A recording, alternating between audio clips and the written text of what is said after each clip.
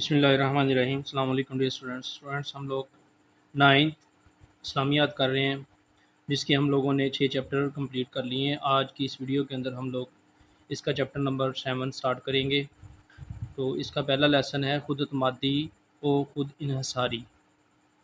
تو اس ویڈیو کے اندر ہم لوگ اس لیسن کی کمپلیٹ ایکسرسائز سالو کریں گے، جس میں ہم اس کے MCQs اور مختصر سوال شارٹ کویسچنس کمپلیٹ کریں گے۔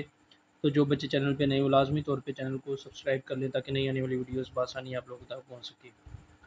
تو اسٹوڈنٹ سب سے پہلے ہم لوگ اس کے MCQs کمپلیٹ کریں گے۔ تو اسٹوڈنٹس اس کا پہلا MCQs ہے، جو شخص بڑے کام انجام دینا چاہتا ہے اس میں ہونا چاہیے اعتماد۔ یہ اس کا دوسرا آنسر ہے، اس میں اعتماد ہونا چاہیے۔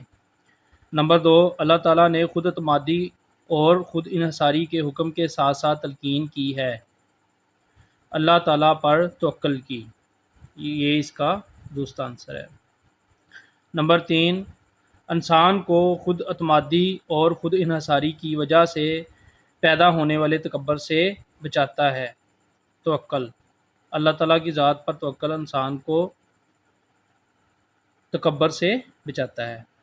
نمبر 4، انسان اپنے معاملات احسن طریقے سے انجام دے سکتا ہے۔ تو اس میں اسٹوڈنٹس یہ خود اعتمادی کے ثواب، اگر انسان کے اندر خود اعتمادی ہو تو انسان اپنے کام بہتر طریقے سے سر انجام دے سکتا ہے۔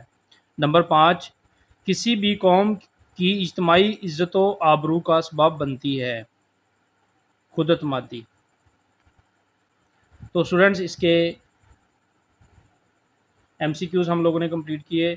اس کے مختصر سوال ہیں۔ نمبر 1، خود اعتمادی و خود انحصاری کا مفہوم تحریر کریں۔ تو اس کا آنسر 152 پیج کے یہ سٹارٹنگ میں ہے، یہاں سے لے کے یہاں تک آپ لوگوں نے اس کو کمپلیٹ کرنا ہے۔ خود اعتمادی اور خود انحصاری کا لفظی معنی اپنے آپ پر اعتماد اور انحصار کرنا ہے، اصلاحی طور پر اپنی صلاحیتوں کو پہچاننا، ان کا ادراک کرنا اور اپنی قوت و طاقت پر بھروسہ کرنا خود انحصاری کہلاتا ہے۔ تو اسٹوڈنٹس یہاں سے لے کے یہاں تک آپ لوگوں نے اس کا آنسر کمپلیٹ یاد کرنا ہے۔ نمبر 2، سیرت طیبہ سے خود انحصاری کی تعلیم پر مبنی کوئی ایک واقعہ تحریر کریں۔ تو اس کا آنسر اسٹوڈنٹس آپ لوگوں نے یہاں سے شروع کرنا ہے۔ یہ اس میں پورا واقعہ دیا گیا آپ صلی اللہ علیہ وسلم کی خود انحصاری کے متعلق۔ نبی کریم خاتم النبیین صلی اللہ علیہ وسلم کی خود اعتمادی و عزم و انحصار کا پہلو نمایاں نظر آتا ہے۔ فتح مکہ کے موقع پر عالم یہ تھا کہ آپ اپنی اونٹنی قصوہ پر سوار تھے اور آپ خاتم النبیین صلی اللہ علیہ وسلم کا سر انور جھکا ہوا تھا، مگر رعب و دبدبہ قائم تھا۔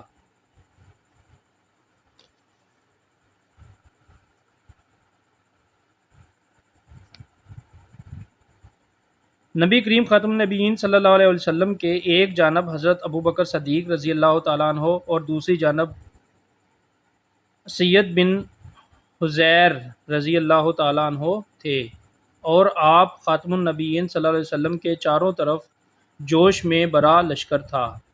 اس شاہانہ جلوس کے جاہ و جلال کے باوجود آپ خاتم النبیین صلی اللہ علیہ وسلم کی تواضع کا یہ عالم تھا کہ آپ خاتم النبیین صلی اللہ علیہ وسلم سورہ فتح اور سورہ نصر کی تلاوت فرماتے ہوئے اس طرح سر جھکائے ہوئے اونٹنی پر بیٹھے ہوئے تھے کہ آپ خاتم النبیین صلی اللہ علیہ وسلم کا سر مبارک اونٹنی کے کوہان سے لگ جاتا تھا۔ تو یہاں تک آپ لوگوں نے اس کا آنسر یاد کرنا ہے۔